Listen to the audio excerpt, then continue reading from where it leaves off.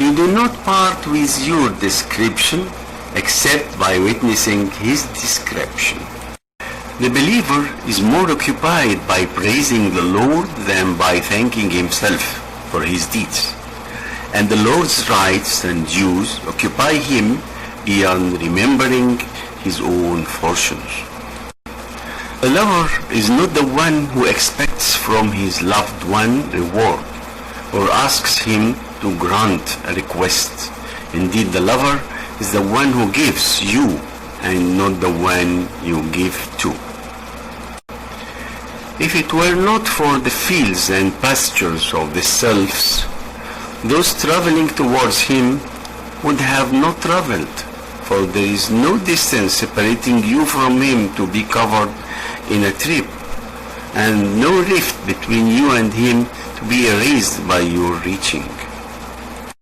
He placed you in the world between his kingdom and his dominion, to let you know your honored status among his creatures, and that you are a pearl contained within the shells of his creations. The universe encompassed or enclosed your physical aspect, but does not encompass or enclose your proven spirituality. A being within the universe, for whom the doors to the unseen have not been opened, is imprisoned within his boundaries and contained within his own frame. You are part of the universes if you do not witness the Maker. If you witness him, the universes are with you. Proof of singularity does not require contradicting the traits of being human. Singularity is similar to the morning sun rising in horizon, though it is not part of it. Sometimes the suns of his traits rise upon the night of your existence, and sometimes he falls this away from you and sends you back to your limits. Daylight is not because of you, but comes upon you.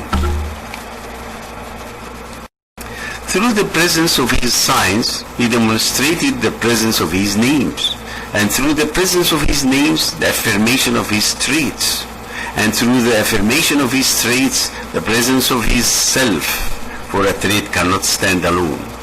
To the attracted, he uncovers the completeness of his self. Then he returns them to witnessing his traits, then to clinging to his names, then to witnessing his signs. The salix are to the opposite, for the final step for the salix is the beginning of the attracted, and the beginning of the attracted is the final step for the salix, but not with the same intention.